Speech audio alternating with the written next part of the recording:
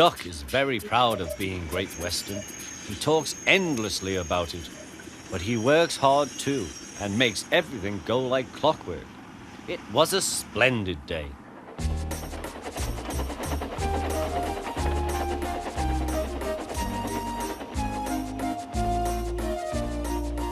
The cars and coaches behaved well.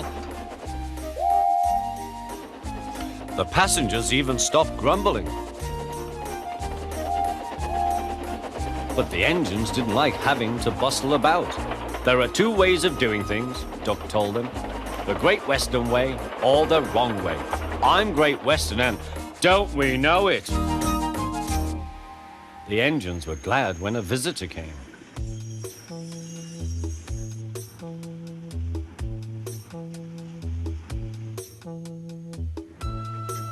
He purred smoothly towards them. Sir Topham Hatt introduced him. Here is Diesel. I have agreed to give him a trial. He needs to learn. Please teach him, Duck. Good morning, purred Diesel in an oily voice. Pleased to meet you, Duck. Is that James and Henry and Gordon too? I am delighted to meet such famous engines.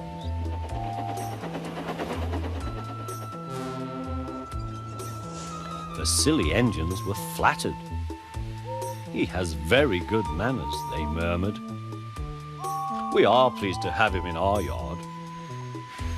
Duck had his doubts. Come on, he said. Diesel purred after him.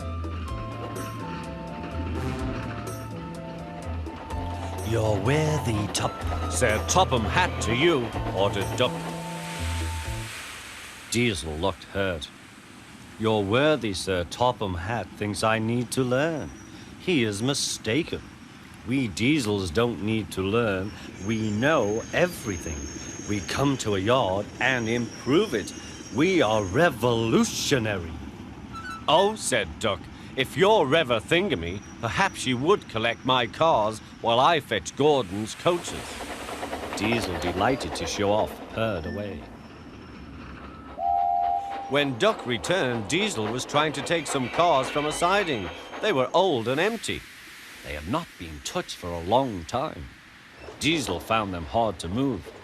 Pull! Push! Backwards! Forwards! Oh-wee! Oh-wee! The cars groaned. We can't! We won't! Duck watched with interest. Diesel lost patience. He roared and gave a great heave. The cars jerked forward. Oh! Oh! They screamed. We can't! We won't! Some of their brakes snapped and the gear jammed in the sleepers. Oh! Ha ha ha! Chuckled Duck. Diesel recovered and tried to push the cars back, but they wouldn't move. Duck ran quietly round to collect the other cars. Thank you for arranging these, Diesel. I must go now. Don't you want this lot? No, thank you. Diesel gulped. And I've taken all this trouble. Why didn't you tell me? You never asked me. Besides, said Duck, you were having such fun being Rev whatever it was you said. Goodbye.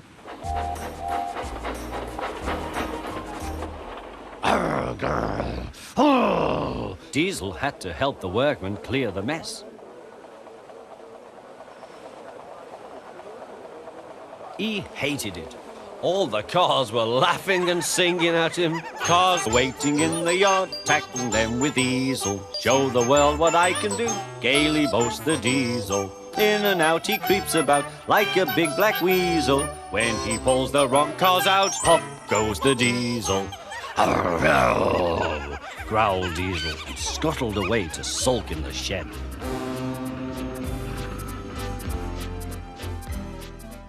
Diesel, the new engine, was sulking. The trucks would not stop singing rudely at him.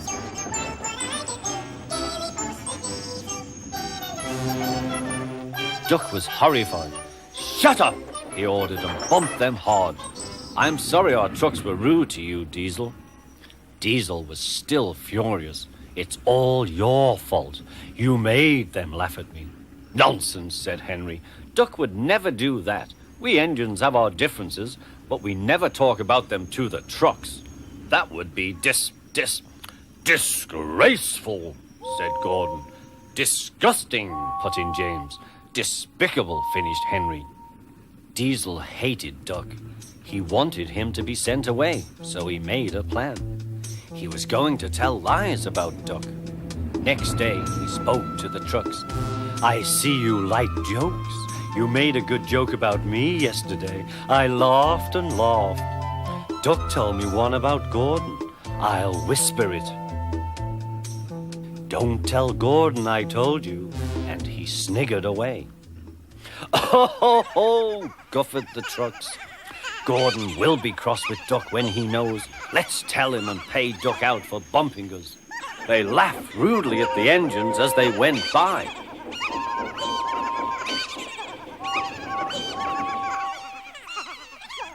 Soon Gordon, Henry, and James found out why. Disgraceful, said Gordon.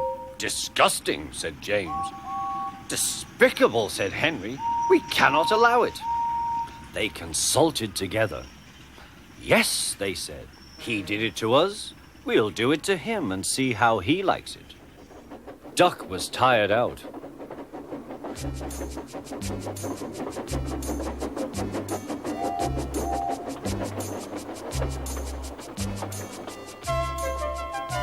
The trucks had been cheeky and troublesome.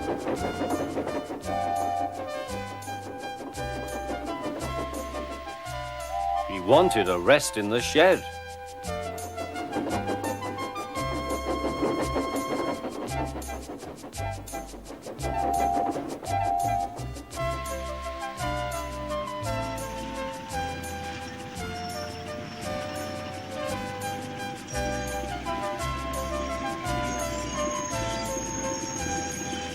The three engines barred his way.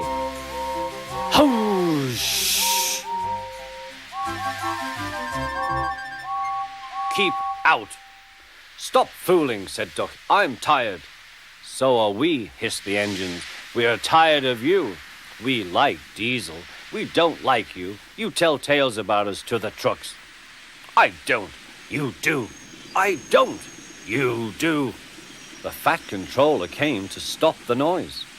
Duck called me a galloping sausage, spluttered Gordon. Rusty red scrap iron, hissed James. I'm old Square Wheels, fumed Henry. Well, Duck? Duck considered. I only wish, sir, he said gravely, that I'd thought of those names myself, if the dome fits. Oh, he made trucks laugh at us, accused the engines. The fat controller recovered. He'd been trying not to laugh himself. Did you, Duck? Certainly not, sir. No steam engine would be as mean as that. Diesel lurked up. Now, Diesel, you heard what Duck said. I can't understand it, sir. To think that Duck of all engines. I am dreadfully grieved, sir, but know nothing. I see, said the fat controller. Diesel squirmed and hoped he didn't. I'm sorry, Duck, but you must go to Edward's station for a while. I know he will be glad to see you. As you wish, sir. Duck trundled sadly away, while Diesel smirked with triumph.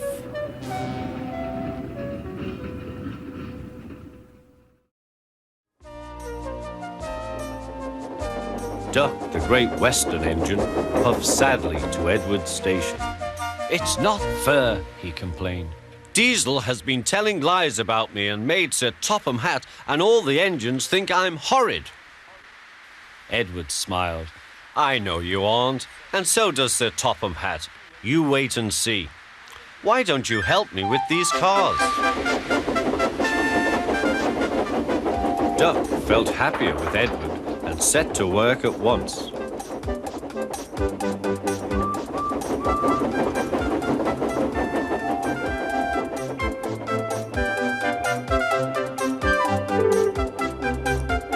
The cars were silly, heavy, and noisy. The two engines had to work hard, pushing and pulling all afternoon.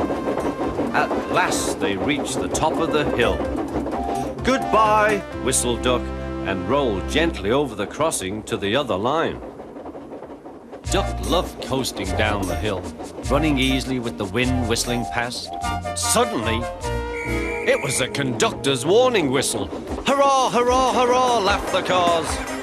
We've broken away, we've broken away. Chase him, bump him, throw him off the rails, they yelled. Hurry, Duck, hurry, said the driver. They raced through Edward Station, but the cars were catching up. As fast as we can, then they'll catch us gradually. The driver was gaining control. Another clear mile and we'll do it. Oh, glory, look at that! James was just pulling out on their line from the station ahead. Any minute there could be a crash. It's up to you now, Duck, cried the driver. Duck put every ounce of weight and steam against the cars. It's too late, Duck groaned and shut his eyes. He veered into a siding where a barber had set up shop. He was shaving a customer.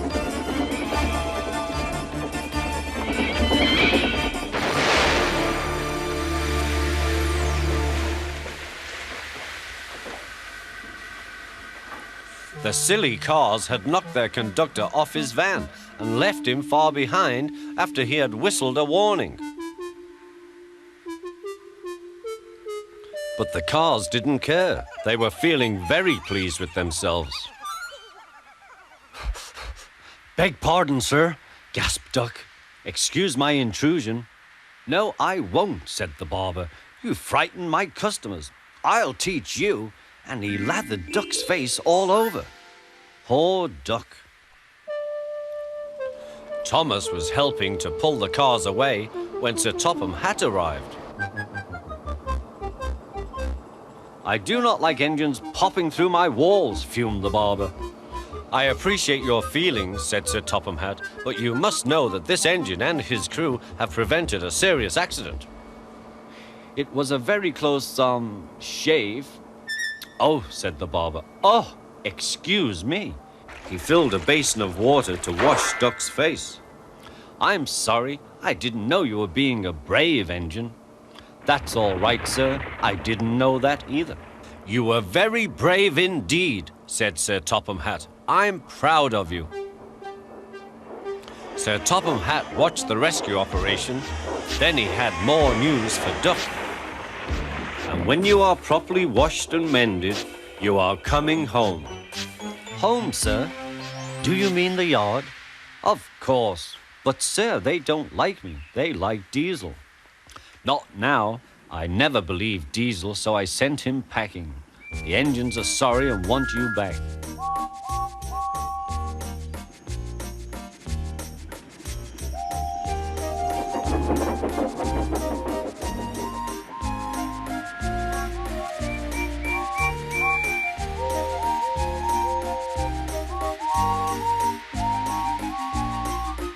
A few days later, when he came home, there was a really rousing welcome for Duck the Great Western Engine.